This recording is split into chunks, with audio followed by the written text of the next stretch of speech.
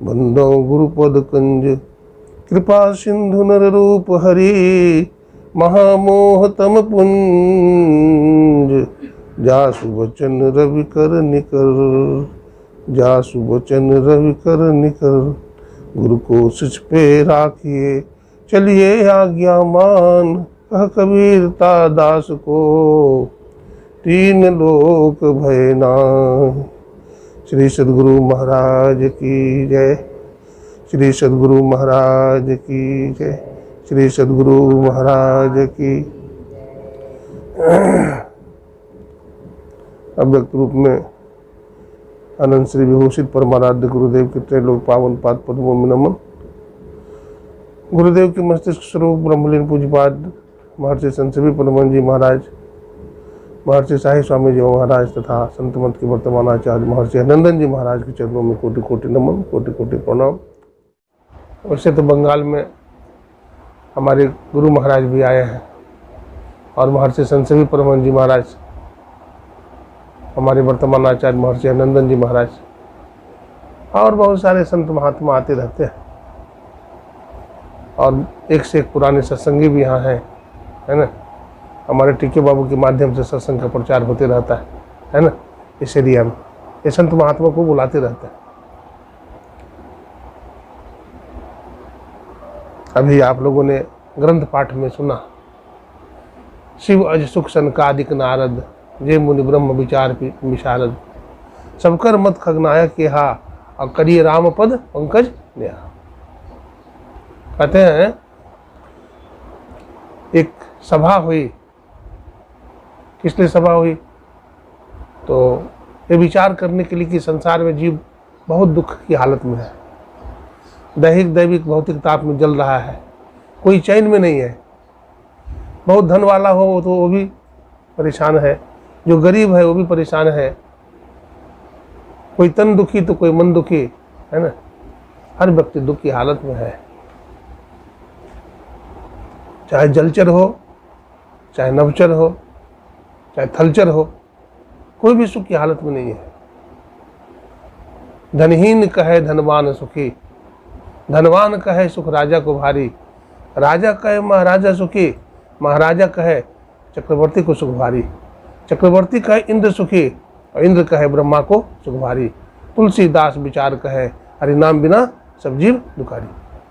भगवान के भजन के बिना हर कोई दुख की हालत में है। संत कबीर साहब से पूछा कि बाबा इस संसार में कौन सुखी है? तो संत कबीर साहब ने भी मिलती जुलती बात कहा, तनधर सुखिया कोई न देखा, जो देखा सो दुखिया हो, राजा दुखिया प्रजा दुखिया, तपसी को दुख दू ना हो, आशा तृष्णा सबको व्यापे, कोई महल ना सूना हो, साच कहूँ तो कोई न जाने, और दुख कहा जग जाई हो, कहत कबीर सकल जग दुखिया, असंत सुखी मन जीती। कहा सब दुखी हैं तो सुखी कौन है? देखिए दुख कौन देता है? मन। और सुख कौन देता है? मन। इसलिए श्रुति में कहा गया मन एव मनुष्य नाम कारणम बंध मोक्षयो, मन ही बंधन का कारण है और मन ही मोक्ष यानी मुक्ति का भी कारण है। तो एक ही मन है, दो काम कर रहा है, एक हमें बांधता है तो दूसरा छुड़ाता भी है। नहीं तो कहेंगे ऐसा कैसे होगा, एक ही मन से दो काम कैसे होगा? ऐसा तो नहीं होगा, लेकिन ऐसा होगा, ऐसा होता है। ऐसे समझिए जैसे आपके घर में एक सीढ़ी है, सीढ़ी समझते हैं, निसेनी। आपके घर में एक निसेनी है और निसेनी को दीवार से लगा देंगे तो आप छत पर चले जाएंगे ना? नहीं चले जाएंगे। निसेनी को दीवार पर लगा के छत पर जाते हैं। वही निसेनी को वहाँ से हटा करके अगर कुआं में लगा देंगे तो कुआं में उतर जाएंगे कि नहीं? तो सीढ़ी एक है, मन भी सीढ़ी एक है कि दो? सीढ़ी एक है, ऊपर भी ले जाता है, नीचे भी ले जाता है। मन भी एक है, परमात्मा की ओर ले जाता है और संसार की तरफ ले जाता है। तो मन एवं मनुष्य नाम कारणम बंध मोक्षयो, मन ही बंधन का कारण है और मन ही मुक्ति का भी कारण है। तो सुधरा हुआ मन, हाँ, सुधरा हुआ मन हमें कहाँ ले जाएगा? सत्संग में। अब बिगड़ा हुआ मन हमें कहाँ ले जाएगा? सिनेमा हॉल में, सर्कस में, नहीं, चिड़ियाघर में। बिगड़ा हुआ मन ले जाएगा, लेकिन सुधरा हुआ मन हमें कहाँ ले जाएगा? सत्संग में। हमारा मन कैसे सुधरेगा? तो गोस्वामी तुलसीदास जी लिखते हैं, सठ सुधरहि सत्संगति पाई, पारस परसि कुधा तु सुहाई, मज्जन फल देखिय तत्काला, काक हो पीक बकऊ मराला। सत्संग से बड़ा लाभ होता है। इसलिए तो जब सभी ऋषि मुनि, भगवान, ब्रह्मा जी आदि, है ना, सनकादिक ऋषि सब मिलकर के क्या विचार किया, सबका मत क्या निकला, निष्कर्ष क्या निकला? ये क्या निकला भाई? सब कुछ छोड़ करके भगवान का भजन करना चाहिए, है। सब कर मत खगनाया किया, करिए राम पद पंकज नेहा। सबका मत क्या है? राम का भजन करना चाहिए। राम कौन है? साक्षात परमात्मा है, ब्रह्म है, उनकी भक्ति करनी चाहिए। तो भक्ति का मतलब क्या होता है? भक्ति का मतलब क्या होता है? सेवा। भक्ति का अर्थ होता है समर्पण। भक्ति का अर्थ होता है श्रद्धा, विश्वास, अनुराग, है ना, और संसार से मन को हटा करके ईश्वर में जोड़ देना भक्ति है। तो भक्ति तात अनुपम सुख मूला, अमिल है जो संत हो ही अनुकूला। भक्ति सुख की जड़ है। जो भक्ति करेगा उसको सुख मिलेगा और जीवन के सारे क्लेश, सारे द्वंद्व, सारे दुख मिट जाएंगे। सब द्वंद्व दुख दर्द भव के सब मिटे, सतगुरु चरण नित से ये, गुरु भक्ति बिन कछु ना बने, मैं ही सकल संतन कही। संसार के आदि व्याधि सब मिट जाते हैं, त्रैताप मिट जाते हैं। इसलिए ईश्वर की भक्ति करनी चाहिए। क्या भक्ति से दुख मिटता है? हाँ मिटता है। किसका मिटा? संत पलटू साहब के जीवन में देखिए, बड़ी गरीबी, लेकिन संत पलटू साहब ने भजन नहीं छोड़ा, सत्संग नहीं छोड़ा। सूरदास जी के जीवन में देखिए, बड़ी गरीबी, लेकिन भजन किया, भक्ति किया, उनके जीवन में भी सुख शांति मिली, अंत में परमात्मा में मिल गए। संसार में भटकने से कुछ नहीं मिलेगा। संत महात्मा कहते हैं ईश्वर की ओर चलो। तो भक्ति का अर्थ हुआ सेवा, समर्पण। किसको समर्पण करें? तो सदगुरु को समर्पण करें, परमात्मा को समर्पण करें। हम लोग सुबह में पाठ करते हैं, है ना, ईश स्तुति करते हैं, है ना। तो ईश्वर की स्तुति क्या करते हैं? ईश्वर का स्तुति करें चाहे उनको गाली दे, कोई फर्क नहीं पड़ता, लेकिन फिर भी ईश्वर की स्तुति क्यों करते हैं? अरे ईश्वर की स्तुति करने से ईश्वर प्रसन्न होंगे। देखिए, बेटा बेटी अगर अच्छा हो तो माँ बाप खुश रहते हैं कि नहीं? अब बेटा बाप कुछ कहे, माँ कुछ कहे, बेटा बेटी कुछ करे, तो माता पिता को खुशी होती है? खुशी नहीं होती है। तो माता पिता खुश होते हैं तब उसके लिए बहुत कुछ कर देते हैं, दे देते हैं। लेकिन परमात्मा जिससे खुश हो जाएगा, समय भूमि गोपाल की, पूरा संसार किसका है? भगवान का है। अब भगवान जिससे खुश हो जाएगा उसको क्या नहीं देगा? है, भगवान जिससे खुश हो जाएगा उसको सब कुछ दे देगा। हम लोग कहते हैं जी भजन किया है, अजी सत्संग किया है, इतना देर काम करेंगे तो कुछ कमा लेंगे, है, इतना देर काम करेंगे। जानी भाई है, ये सोचेंगे इतना देर गाड़ी चला लेंगे तो 4 पैसा हो जाएगा, लेकिन उन्होंने गाड़ी चलाना छोड़ करके आ गए सत्संग में। हमारे बहुत सारे माता बहनें भाई आए हैं, सब कुछ छोड़ करके दुकान बंद करके आए हैं। ये जो सत्संगी हैं सत्संग की बात को समझते हैं, सत्संग की बात को समझते हैं कि वो सब तो रोज करते हैं, उससे कल्याण नहीं होगा। कल्याण होगा सत्संग करने से, कल्याण होगा भजन करने से। आजकल का जमाना है भाई, कलयुगी बुद्धि है। क्या है? कलयुगी बुद्धि। गोस्वामी तुलसीदास जी क्या कहते हैं? कलयुग केवल नाम आधारा, असुमर सुमर नर उतर ही पारा। कलयुग में भगवान का नाम अगर पकड़ लेगा कोई, सत्संग पकड़ लेगा तो उसका उद्धार हो जाएगा। लेकिन इतना भी नहीं करना चाहता है, अपनी बुद्धि लड़ाता है। एक आदमी गाछ के नीचे बैठा हुआ था, तो बहुत ठंडी ठंडी हवा चल रही थी, गर्मी का दिन था, तो वो थोड़ा तार्किक बुद्धि का था, पढ़ा लिखा ज़्यादा था। तो सोचा भाई ये छाया से हमको शांति मिल रही है, हम गाछ को काटते हैं, छाया को देखना चाहते हैं। अब गाछ को काट देगा तो छाया मिलेगी? अरे गाछ से ही तुमको छाया मिल रहा था, अब गाछ को ही काट दोगे तो छाया मिलेगी? तो बुद्धि, पढ़े लिखे कुछ ऐसे वैसे, बड़ा घमंड अकिल का, ऊपर मुख से ज्ञान छाटते, भीतर कोरा छिलका है। कोई सफा न देखा दिल का है, कोई बगुला कोई बिल्ली देखा है। कहते हैं भाई कोई सफा नहीं है, सब में छल कपट भरा हुआ है। एक लड़का पढ़ के आया विदेश से, तो अपने को बड़ा होशियार समझने लगा, हम तो विदेश से पढ़ करके आए हैं, हम तो बहुत ज्ञानी हैं। माता पिता से भी अहंकार करने लगा वो। तो कुछ मिठाई आया था कहीं से संदेश, तो 2 मिठाई आया था। तो माँ ने सोचा कि एक बेटा को खिला देंगे, एक पतिदेव को खिला देंगे। तो माँ बोलती है बेटा 2 मिठाई आया है, 2 लड्डू आया है, एक तू खा ले, एक तुम्हारे पिताजी खा लेंगे। बोले माँ 3 है। बेटा बोलता है माँ 3 है। तो कहा बेटा 3 तो नहीं है, 2 ही तो दिखता है। बोला दिखता नहीं है लेकिन है 3। बोला कैसे? बोला एक लड्डू को छू करके बोला 1, और दूसरा लड्डू को छू करके बोला 2 और 1 3। बोला नहीं बेटा दिखता तो 2 ही है।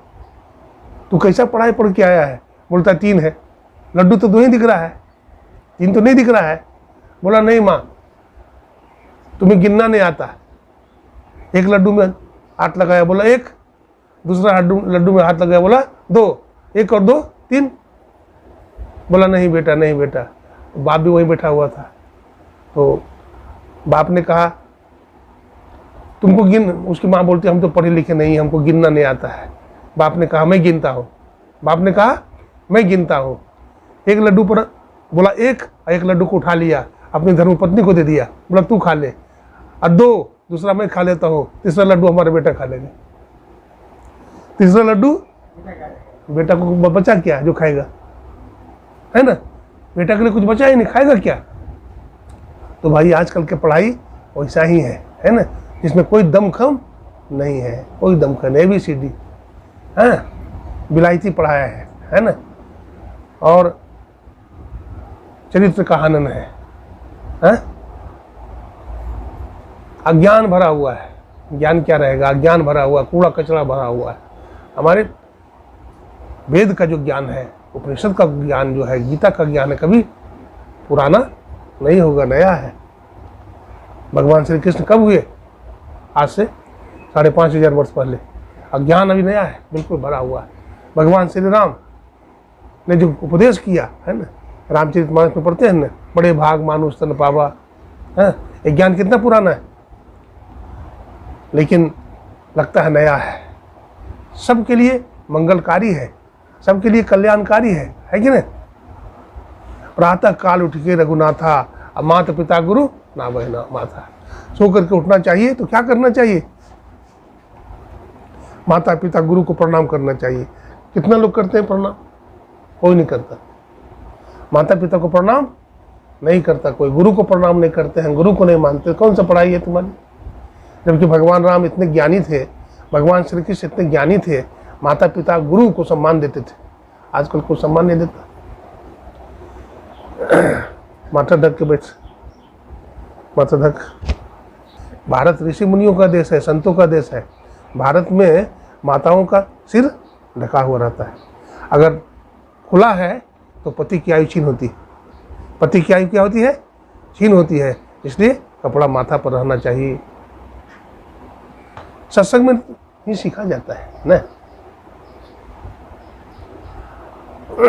क्या सुना रहा था? वही आइए, क्या बोल रहा था? हाँ, माता पिता गुरु नावहि माता। माता पिता गुरु सास ससुर सबको प्रणाम करना चाहिए। सास को भी प्रणाम करना चाहिए, ससुर को भी प्रणाम करना चाहिए। क्यों करना चाहिए? देखिए, नारी 2 कुल को जोड़ती है। एक पहले माँ बाप है और दूसरा माँ बाप शादी होने के बाद है। तो पहले एक माँ बाप, अब 2 माँ बाप, है कि नहीं? तो दोनों कुलों को नारी क्या करती है? जोड़ती है। इसलिए बड़ी भाग्यशाली है नारी। जोड़ने का काम करती है, तोड़ने का काम। लेकिन जुड़ेगा कब? जब सेवा करेगी, जब सत्संग करेगी, जब भजन के रहस्य को समझेगी, तब तो जोड़ने का काम करेगी। वरना तोड़ने का काम करेगी। श्री सदगुरु महाराज की जय। सती सावित्री थी, हाँ। अब देखिए, बहुत गरीब घर में शादी हुई और जो प्रतिज्ञा कर ली ये इनसे मैं विवाह करूंगा, उन्हीं से करी नहीं। कितना दुख आया, तकलीफ आई, लेकिन एक पति को मान करके रही हो, है ना। धन दौलत कोई बहुत बड़ी चीज़ नहीं है, ये आ जाएगा, लेकिन हमारा जीवन का जो सतीत्व है नारी के लिए, है ना। और पुरुष के लिए एक पत्नी वरधारी है ना। हमारे गुरु महाराज का हर प्रवचन में मिल जाएगा, व्यभिचार, चोरी, नशा, हिंसा, झूठ तजना चाहिए। 5 पाप नहीं करो, व्यभिचार नहीं करो, चोरी नहीं करो, नशा पान नहीं करो, मांस मछली अंडा नहीं खाओ, झूठ नहीं बोलो। अगर 5 पाप से हम बचेंगे नहीं तो सत्संग ध्यान हम क्या करेंगे?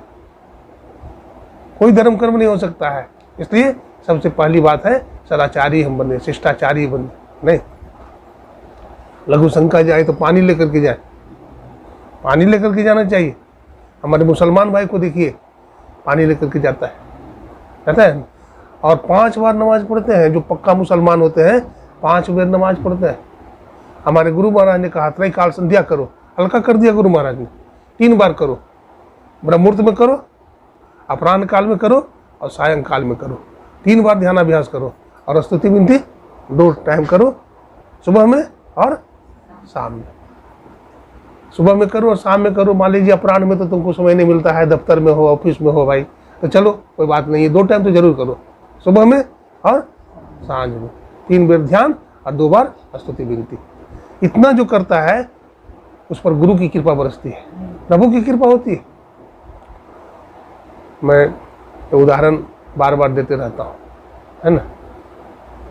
इनका नाम सुने होंगे। दक्षिण भारत में एक रांका और बांका हुई, पति पत्नी रांका और बांका। तो रांका बांका के घर में बहुत गरीबी है, सब बेटा योग्य है, बेटा अलग हो गया, माँ बाप को कौन खिलाएगा? अरे जिस माँ बाप का सब कुछ है उसको अलग कर देना अच्छी बात है? अरे पालन पोषण कर किया, तुम्हारा पढ़ाया लिखाया, योग्य बना दिया, धन संपत्ति भी दे दिया तुमको, अब माँ बाप को अलग कर दिया, लेकिन फिर भी दुख नहीं माना। फिर भी अपना प्रारब्ध समझ करके, अपना भाग्य समझ करके, दोनों का शरीर बड़ा स्वस्थ था, भजन करने वाले थे, लकड़ी काटते थे एक बोझा, एक बोझा लकड़ी काट करके सुबह में चले जाते थे। लकड़ी काट करके ले आते थे, हम सुबह में चले जाते थे, भजन पूजन करके चले जाते थे।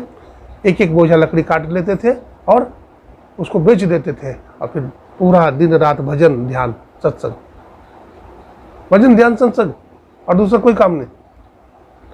तो शरीर बड़ा स्वस्थ था। लोगों ने कहा बाबा आप इतना काम ही क्यों करते हैं, आप तो 10 बोझा लकड़ी भी काट के ला सकते हैं एक दिन में। बोला नहीं जी, हम ज़्यादा लकड़ी नहीं काटेंगे, हम उतना ही काम करते हैं जिससे हमारा गुजारा हो जाए, दाल रोटी चल जाए, कल के लिए हम नहीं सोचते। आज रोटी खा लिया, कल का कल ही सोचेंगे, इतना संतोष है। कबीर साहब के जीवन में भी ऐसा ही था।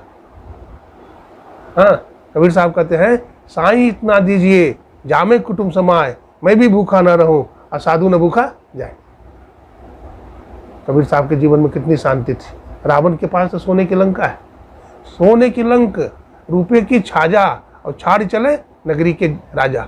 क्या मांगू कछु थिर न रहाई, देखत नैन चलो जग जाई, 1 लाख पूत 1.25 लाख नाती, क्या रावण घर दियो न बाती। कोई रहा? अरे सोने की लंका हो तो क्या, रावण को तो सोने की लंका थी।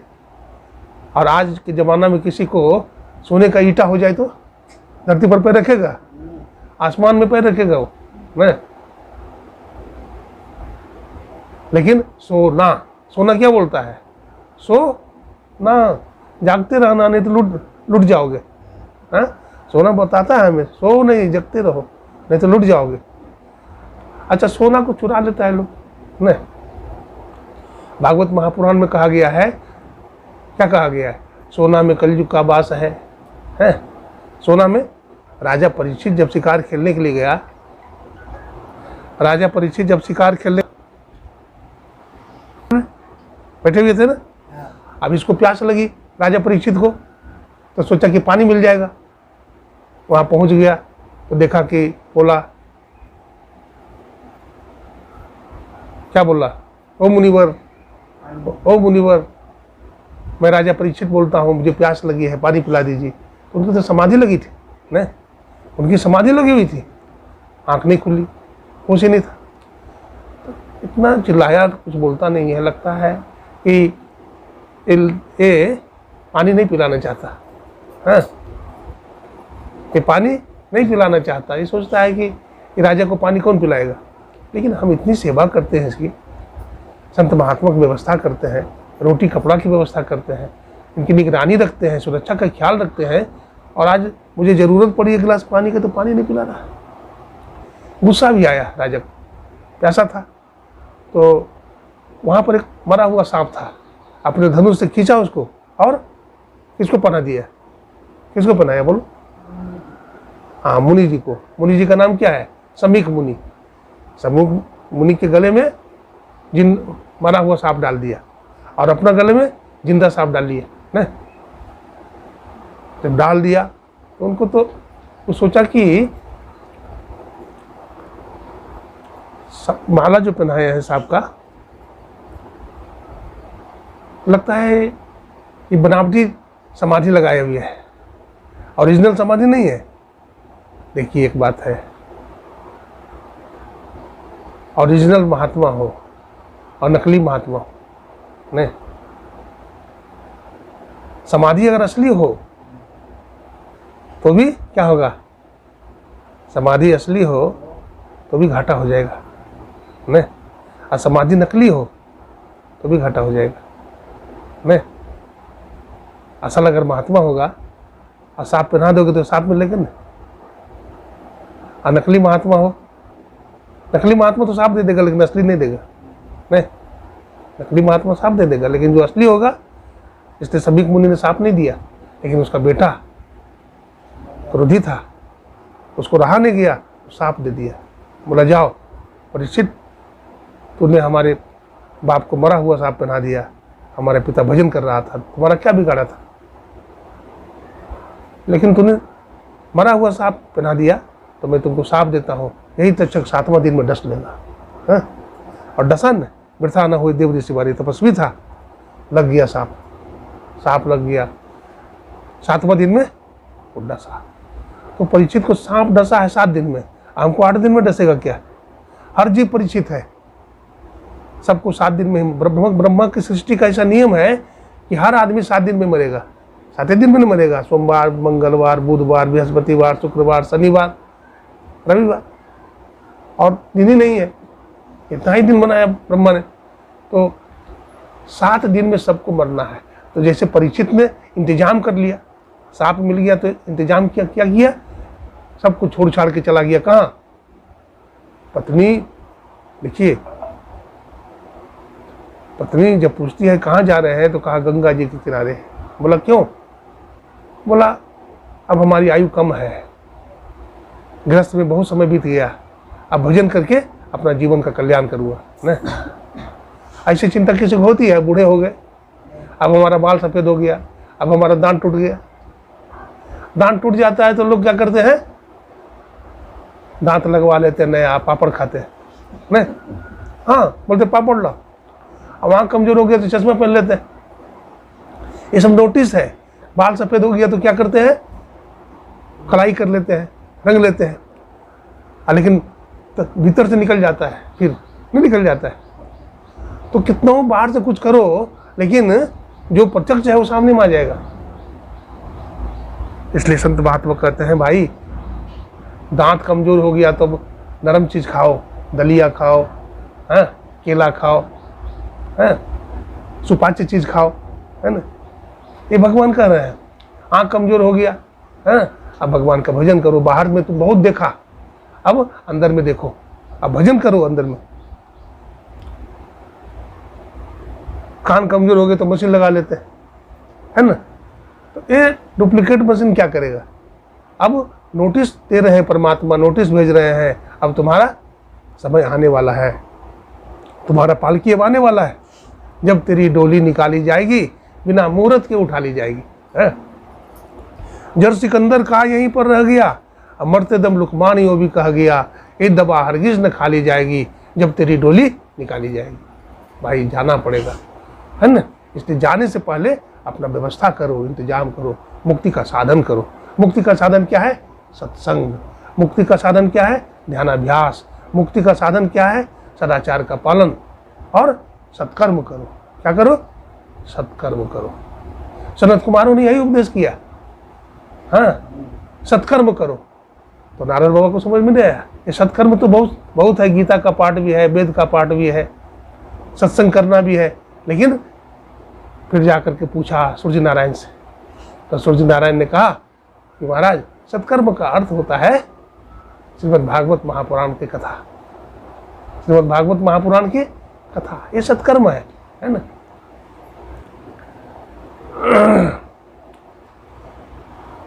ईश्वर भक्ति के संबंध में सुख रस है। गुरु भक्ति की महिमा अपार। भक्ति में गुरु भक्ति सबसे श्रेष्ठ है। भक्ति करो तो गुरु का करना, भक्ति करो तो किसका करना? गुरु का करना। इधर उधर लोग भटक जाते हैं ना, देवी देवता इधर उधर भटकते रहते हैं, लेकिन उसको ज्ञान नहीं है। देवी देवता मुक्ति हमें नहीं दे सकते हैं। मुक्ति कौन देंगे? संत देंगे। इसलिए कहा गया, गोस्वामी तुलसीदास जी ने कहा, प्रथम भगति संतन कर संगा, पहली भक्ति संत का संग कीजिए ना। कह देते प्रथम भगति देव कर संगा, या भगवान राम ही थे, कह देते प्रथम भक्ति मम कर संगा। लेकिन भगवान ने भी सही बात बोला है ना, उचित बात बोला उन्होंने। पहली भक्ति संत का संग करिए। दूसरी भक्ति क्या है? भगवान की कथा को सुनिए, सत्संग में आइए और सुनिए, ध्यान से सुनिए। सुनी समझहि जन मुदित मन, मज्जहि अति अनुराग, और लहे चार फल अक्षर तनु, साधु समाज परियाग। ध्यान से सुनिए, उसको समझिए, अमल करिए न। और सुनेंगे उसको अमल नहीं करेंगे तो होगा? नहीं होगा, अमल नहीं होगा। केवल सुनने से, हाँ, लेकिन सुनने से भी भला होगा, क्योंकि सुनना भी एक धर्म है। अच्छा एक बात बताइए, भगवान जब भक्त के हृदय में प्रवेश करते हैं तो कौन सा इंद्रियों के माध्यम से प्रवेश करते हैं? बताइए। भगवान जब भक्त के हृदय में प्रवेश करते हैं तो कौन से इंद्रियां से प्रवेश करते हैं? बोलिए। कान के द्वारा। कहाँ से प्रवेश करते हैं? कान के द्वारा। इसलिए कहा गया, याज्ञवल्क्य ऋषि ने कहा, श्रोतव्यो मंतव्यो निधिध्यासितव्यो। हे मैत्री, आत्मा का श्रवण करो। आत्मा माने परमात्मा, आत्मा माने परमात्मा। आत्मा का श्रवण करो, आत्मा का मनन करो और आत्मा का निधिध्यासन करो। ध्यान के द्वारा परमात्मा की प्राप्ति होती है। मोटी मोटी बातें ही, ध्यान के माध्यम से, सत्संग के माध्यम से परमात्मा की प्राप्ति होती है। गोस्वामी तुलसीदास जी असंभव से असंभव बात बोले हैं, बोल दिए भजन करना बहुत जरूरी है, भक्ति करना बहुत जरूरी है। रोटी नहीं मिलेगा तो कुछ समय के लिए काम चलेगा, हाँ, बढ़िया भोजन नहीं मिलेगा तो काम चलेगा, सोने के लिए पलंग नहीं होगा तो खाट से भी काम चलेगा। धरती पर भी सो सकते हैं, सोता है लोग, लेकिन भक्ति नहीं करेंगे, भजन नहीं करेंगे तो काम चलेगा? नहीं चलेगा। इसलिए कहा, भजन आतुरी कीजिए और बात में देर, और बात में देर जगत में जीवन थोड़ा। सेवा कीजिए, माता पिता की सेवा करिए, सास ससुर की सेवा करिए, बड़ों का सम्मान कीजिए, गुरु की सेवा कीजिए, है, तब भक्ति होगी और जीव का कल्याण हो जाएगा। एक लड़का की शादी हुई है ना, माँ बाप ने कर दिया, माँ बाप का ऋण होता है, बेटा की शादी कर दिया, बहू आ गई, बहू पढ़ी लिखी थी बहुत, तो सेवा कम ही करती थी, और सासें बेसी करे सेवा, बहू कम करे सेवा। तो यहाँ तक कि पति को भी माँ ही खिलावे, भोजन वही बनावे, झाड़ू पोछा भी वही करे, बहू अपना पड़ी रहती थी। तो क्या हुआ, भोजन बनाई सासे, लेकिन बहू खिलाती है सास को कि चलो कुछ काम तो कर देते हैं, हम भी खिला देते हैं सास को। तो सास बैठी भोजन करने के लिए, दाल भात सब्जी परोस कर रख दी, तो सास थोड़ी बूढ़ी हो गई थी, दांत टूट गया था, दांत कम ही थे, चौवा था, इधर मेरा दांत टूट गया था। तो जैसे ही भोजन मुंह में लेती है तो कंकड़ आ जाता है, कटाक से बोलता है। तो बुढ़ापा में तो गुस्सा आता ही है। वो बुढ़िया बोलती है गुस्सा में आकर के, कैसे भोजन बनाती है बहू, सोचता नहीं है तुम्हें भगवान ने दो आंख दिया है, अब कैसे भोजन बनाई, सोचता नहीं है। बहू को भी गुस्सा आ गया। बहू क्या बोलती है, हमें तो भगवान 2 आंख दिया है, हमको सोचता नहीं है, आपको भगवान ने 32 दांत दिया है, चबा जाती। ये कोई जवाब हुआ? बोलो ये जवाब है? चबा जाती। ये जवाब नहीं हुआ। बड़ों का जवाब, सवाल जवाब नहीं करो, ना माता से करो, ना पिता से करो, ना सास से करो, ना ससुर से करो, ना बड़े लोगों से करो, ना गुरु से करो। सवाल जवाब वहाँ चुप लगाना चाहिए। क्या लगा जाना चाहिए? घर में रोज ऐसा कला होता है, नहीं होता है? रोज कला क्यों होता है घर में, परिवार में?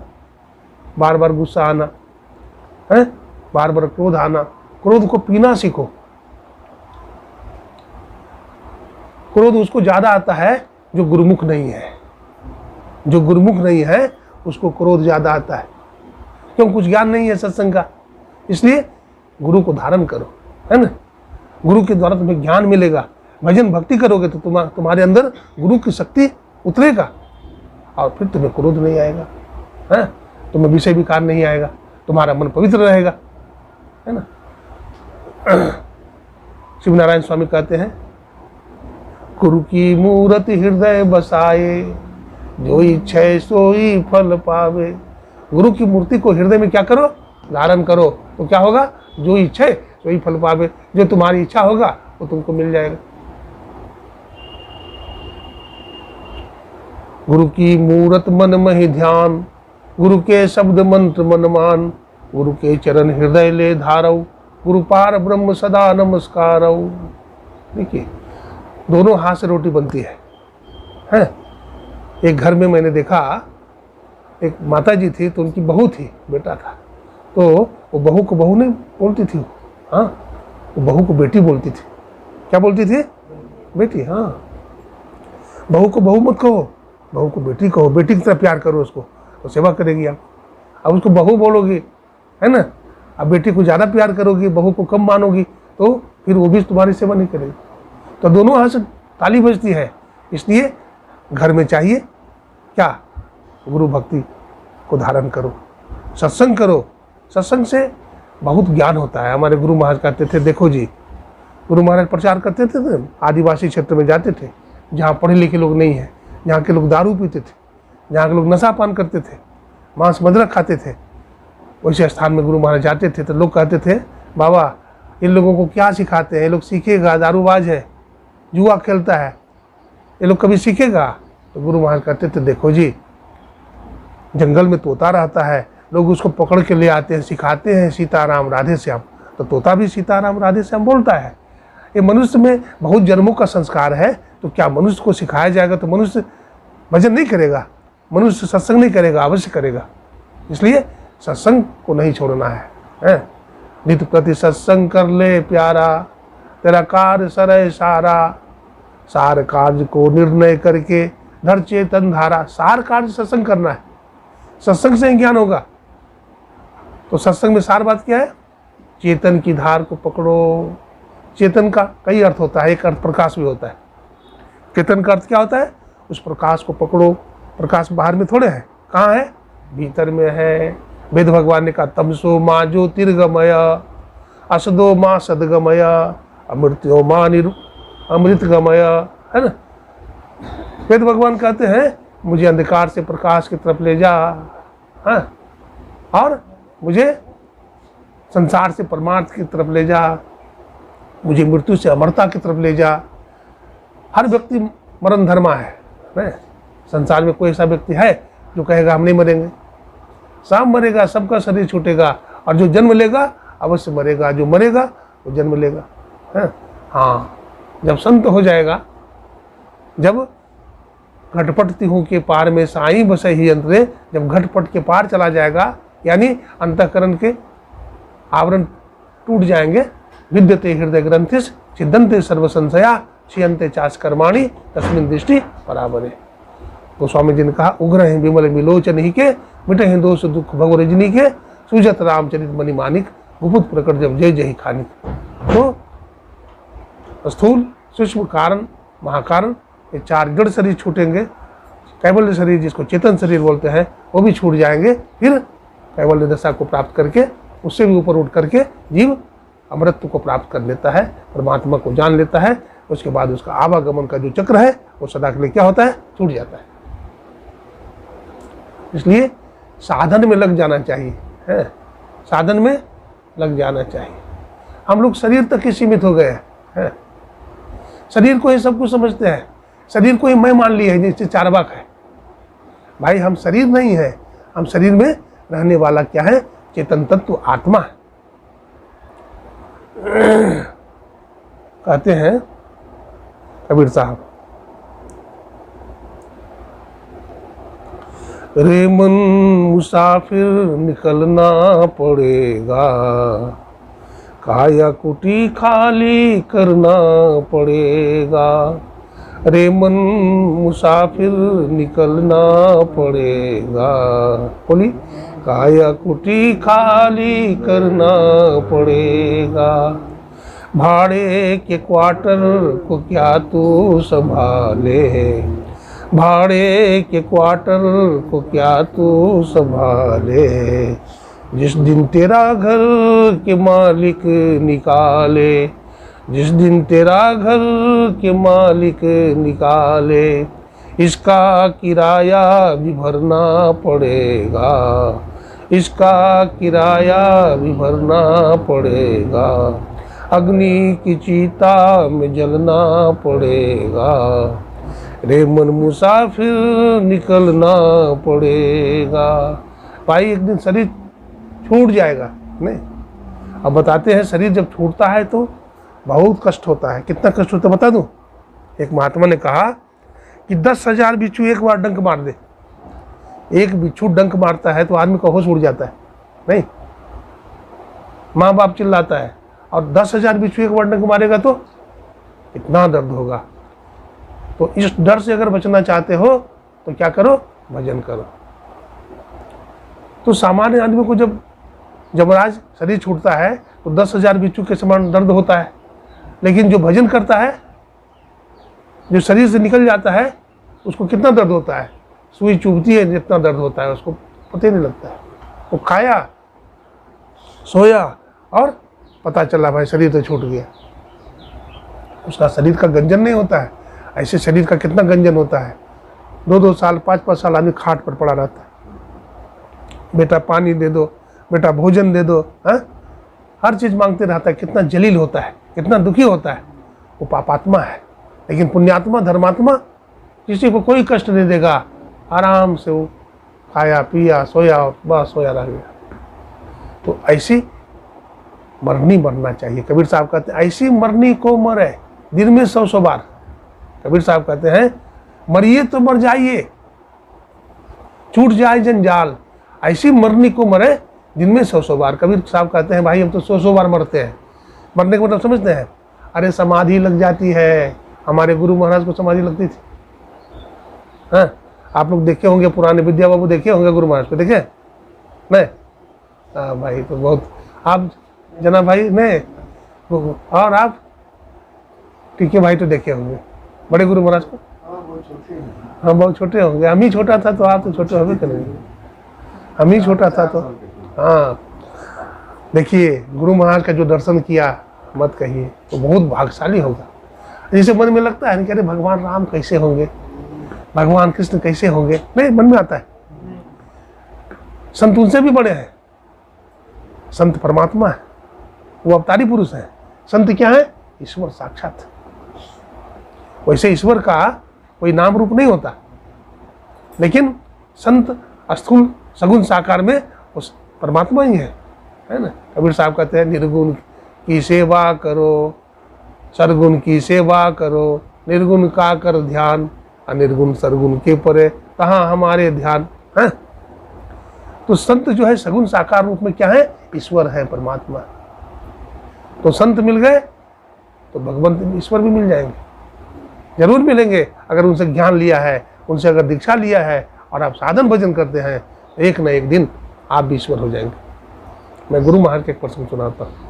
बोलिए प्रेम से श्री सदगुरु महाराज। एक बार की बात है, गुरु महाराज जब वृद्ध हो गए थे, आंख से दिखाई भी नहीं पड़ता था। अरे बाहर की आंख, अंदर की आंख तो संत की खुली रहती। तो एक कोई सत्संगी आया गुरु महाराज के पास, समझ गए ना, एक कोई सत्संगी आया, खत्म कर रहे हैं, एक सत्संगी आया तो बड़ा गरीब था बेचारा, बस 2 गाय रखता था और उसका जो दूध निकालता था, तो सोचा कि दिवाली का समय है, गुरु महाराज को पेड़ा ले जाएंगे बना के अपने हाथ से। तो दूध बेचता था वैसे, वो बोला कि कुछ दिन दूध नहीं खाएंगे। 1 सप्ताह दूध नहीं खाया तो सबका उन्होंने खोबा बना लिया, पेड़ा बना लिया। पेड़ा बनाकर गुरु महाराज को वहाँ देने गया। तो बाबा लोग थे,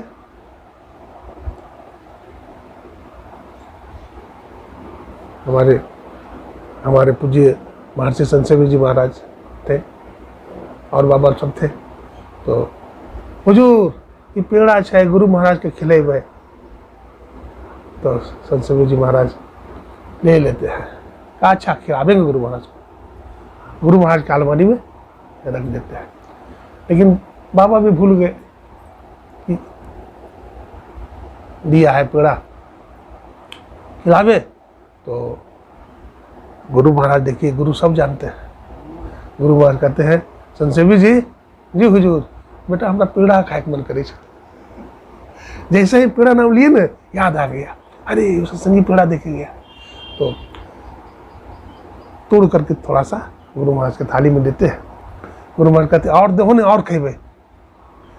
देखिए 1 पेड़ा खा गए गुरु महाराज। श्रद्धावान लभते ज्ञानम, जिसको श्रद्धा है, विश्वास है ना, उसकी सेवा जरूर स्वीकार होती है। श्रद्धा विश्वास वाले की सेवा जरूर स्वीकार हो जाती है। दरबार हजारों देखे हैं पर ऐसा कोई दरबार नहीं, दरबार में तेरे सदगुरु के दुख दर्द मिटाए जाते हैं, दुनिया के सताए लोग यहाँ सीने से लगाए जाते हैं। तो ऐसा दरबार है। इसलिए हम सत्संगी हैं, सत्संग करें, ध्यान करें, पति की सेवा करें, भाई भाई मिलकर रहना चाहिए, माँ बाप का सम्मान करना चाहिए। माँ बाप कुछ कर रहे हैं, बेटा कुछ कर रहा है, तो माँ को कितना दुख होगा, बाप को कितना दुख होगा। और अगर उनका आदेश का पालन करेंगे, बहू उनका आदेश का पालन करेंगे, अरे सब कुछ तो तुम्हारा ही होगा, बेचारे ले जाएंगे। वो किसके लिए कमा रहे हैं? तुम्हारे लिए कमाते हैं। इसलिए भाई भाई में भी झगड़ा नहीं करो। और बड़ा जो भाई है, छोटा भाई को आदर करना चाहिए नहीं, और बड़ा भाई को छोटा भाई को प्रेम देना चाहिए, नहीं देना चाहिए। जहाँ सुमति तहाँ संपत्ति नाना, और जहाँ कुमति तहाँ विपत्ति निधाना। परिवार में जहाँ सुमति है वहाँ संपत्ति है, और परिवार में जहाँ कुमति है वहाँ दुख आ जाता है। बहन बहन में भी प्रेम रखना चाहिए, है ना, बहन बहन में भी प्रेम रखना चाहिए। भाई भगवान राम जब खेलते थे ना, चारों भैया, तो राम भगवान हार जाते थे। तो वशिष्ठ मुनि पूछते थे, बेटा राम तुमको तो कोई नहीं हरा सकता, तुम कैसे हार गया? तो कहते प्रभु हमारा भाई बुद्धिमान है। तो वशिष्ठ मुनि ने कहा, राम ऐसी बात नहीं है, तो क्यों हारा, बताओ सच सच। जब सच सच बोले तो भगवान राम ने कहा, गुरुजी सच बात तो यही है, अपना छोटा भाई को खुश करने के लिए हम हार जाते हैं। देखो, अपने छोटा भाई को खुश करने के लिए हम हार जाते हैं। एक बार राम लक्ष्मण भरत शत्रुघ्न गेंद खेल रहे थे, कहाँ? जमुना नदी के तट पर, ठीक है। जब गेंद खेल रहे थे तो राम जी इधर से गेंद मारते हैं, बोलते लक्ष्मण मारो उधर से। तो लक्ष्मण जी सोचते हैं जिस गेंद में भैया राम का चरण लग गया तो हम भी उसमें चरण लगा दें, पैर मारे, नहीं नहीं नहीं, ये मर्यादा नहीं होगा। वो हाथ से लक्ष्मण जी गेंद उठाते हैं और भगवान राम के पास रखते हैं। भगवान राम फिर गेंद मारते हैं, बोलते हैं शत्रुघ्न तुम मारो। तो शत्रुघ्न ने भी वही काम किया, वो भी पैर नहीं लगाया, वो भी उठा करके रख दिया, ठीक है। जब रख दिया तो फिर मारते हैं भगवान राम, तो उधर से भरत जी बहुत जोर से गेंद मारते हैं, है ना। तो राम जी घसक जाते हैं पीछे। तो लोग कहते हैं प्रभु आप पीछे क्यों घसक गए, आप पीछे क्यों हट गए? तो भगवान राम कहते हैं, अरे भाई जिस गेंद में भरत जैसे संत का चरण लग गया तो राम को चरण लगाने की जरूरत नहीं है, उसका उद्धार अपने आप हो जाएगा। उसका उद्धार क्या होगा? भरत जी संत है, उसका उद्धार हो जाएगा। जब भरत जी मारे न गेंद को, भरत जी क्या करते हैं, संत क्या करते हैं, फुटबॉल का ब्लाडर होता है ना, उसमें हवा भरा रहता है ना, वो क्या करते हैं, निकाल देते हैं और निकाल करके राम जी के चरणों के पास रखते हैं। तो राम जी मारे ना पैर से, तो उसमें हवा तो था नहीं, वो चिपक गया राम जी के चरणों में। वो फुटबॉल क्या है? जीवात्मा है। फुटबॉल क्या है? जीवात्मा 84 लाख जोन में भटक रहा है, पैरों तले रौंदा जा रहा है ना, 84 के कसनी में फंसा हुआ है। लेकिन संत क्या करते हैं, उसका विकार, काम, क्रोध, लोभ, मोह दीक्षा दे करके क्या करते हैं, सब विकार को निकाल देते हैं और भगवान के पास भेजते हैं। जब मारते हैं ना गेंद उधर से, कौन? भगवान राम। तो भरत जी क्या करते हैं, राम जी मारते हैं, संत के पास भेजते हैं और संत क्या करते हैं, उसके विकार को दूर करते हैं और भगवान राम के चरणों के पास रखते हैं और क्या होता है, वो चिपक जाता है पैर में। शंकराचार्य महाराज कहते हैं ब्रह्म सत्यम जगन मिथ्या जीवो ब्रह्माय बना पड़ा। ब्रह्म सत्य है, संसार झूठा है ना। ब्रह्म क्या है? सत्य है। ब्रह्म माने ईश्वर परमात्मा सत्य है, संसार झूठा है। जैसा संसार दिख रहा है वैसा संसार नहीं है। जो भजन ध्यान करते हैं साधु महात्मा भक्त लोग, वो समझता है सच्चाई को कि संसार सत्य नहीं है, सब कुछ नष्ट हो जाएंगे। सूर्यो मरी है, चांदो मरी है धरनी आकाशा, 14 भुवन चौधरी मर गए इन्हों का कासा, साधु भाई जीवत ही करो आशा। तो ये सब नष्ट हो जाएंगे। कृति यस्य जीवती, संसार में जिसका जस है वही जिंदा है। इसलिए सत्संग को पकड़िए, भजन को पकड़िए, है ना, सब ठीक हो जाएगा। ठीक ठाक इसलिए नहीं है कि वो काम हम करते नहीं हैं, गुरु पर विश्वास नहीं है, लोग इधर उधर जाते हैं। भूत को बैताल को पूछते हैं, भूत बैताल को पूछते हैं और गुरु के पास नहीं जाते हैं, गुरुद्वारा नहीं जाते हैं, होगा कल्याण नहीं होगा। एक सेठ जी थे, समझ गए ना, तो उनको संतान नहीं होता था। उनको 2 बेटा था, तो छोटा बेटा को संतान नहीं होता था, छोटा बेटा को संतान नहीं होता था। तो डॉक्टर के पास गया, बहुत इलाज कराया, दूसरा डॉक्टर के पास गया, वहाँ भी कुछ नहीं हुआ, बहुत पैसा खर्च हुआ, नहीं हुआ। तो एक महात्मा आए, बोले दीक्षा ले लो तुम। क्या बोले? तुम दीक्षा ले लो, अब भजन करो। दीक्षा लेकर के भजन किया, कोई दवा दारू भी नहीं चला और प्रभु की ऐसी कृपा हुई। वो गया कहाँ, कुप्पा घाट गया हुआ था, बच्चा होने वाला है, तो उसकी सास गई वहाँ, उसका नाम है पद्माबाई। क्या नाम है? पद्माबाई, धनबाद में रहती है। बुबना बाबू, बुबना नाम है उनका पति का, मारवाड़ी है। तो संत जी महाराज थे, तो हुजूर हमारा बहू के संतान होने वाला है सरकार, हमरा कुछ प्रसाद दे दिए अपने, है ना, तो तौलिया दे दीजिए, उसी पर बच्चा को रखेंगे। तो हुजूर दिए, हैं, हुजूर दे दिए। सेवक से कहे कि देखो जी इनको दे दो तौलिया। तो सेवक तौलिया दिए तो 2 तौलिया चला गया, 2 तौलिया चला गया। तो उधर निकाल के देखते थे तो 2 तौलिया मोटा लग रहा है, तौलिया तो 2 है। तो फिर लौट आई, बोला गुरुदेव 2 तौलिया चला गया, एक रख लिया जाए। तो महर्षि संत जी महाराज हम नहीं जानते हैं, 2 चला गया तो चला गया, हम क्या करें, अब रखो अपने पास। संजोग से ऐसा हुआ, जमुआ बेटा पैदा हुआ। देखिए जमुआ बेटा पैदा हुआ, तो घबराने की जरूरत नहीं है, हिम्मत रखो, इलाज कराओ, गुरु की कृपा अवश्य होगी। कर्म करना चाहिए, अब इलाज ही नहीं कराओ, इलाज भी करवाओ, कर्म करो। देखो भोजन की थाली आती है तो उसको उठाना पड़ता है, मुंह में डालना पड़ता है कि अपने आप चला जाएगा, गुरु महाराज डाल देंगे। कर्म करो फल मिलेगा, कर्म निष्काम करो फल अवश्य मिलेगा। हमारे विद्या बाबू के यहाँ सत्संग कर रहे हैं और हमारी विमला माता, इनको 3 बेटा है ना, 3 बेटा है ना, 3 बेटा है, बड़े और मझिलत यहाँ है, छोटा वाला नहीं है। तो 3 बेटा है, तीनों आज्ञाकारी है। बहू भी आज्ञाकारी है, ये भी वो सेवा करती है, संत महात्मा की भी बड़ी सेवा करती है। हम आशीर्वाद देते हैं गुरु महाराज की कृपा से कि इनकी इच्छा पूरी हो, है ना। ये सत्संग भजन करें। बोलिए प्रेम से श्री सद्गुरु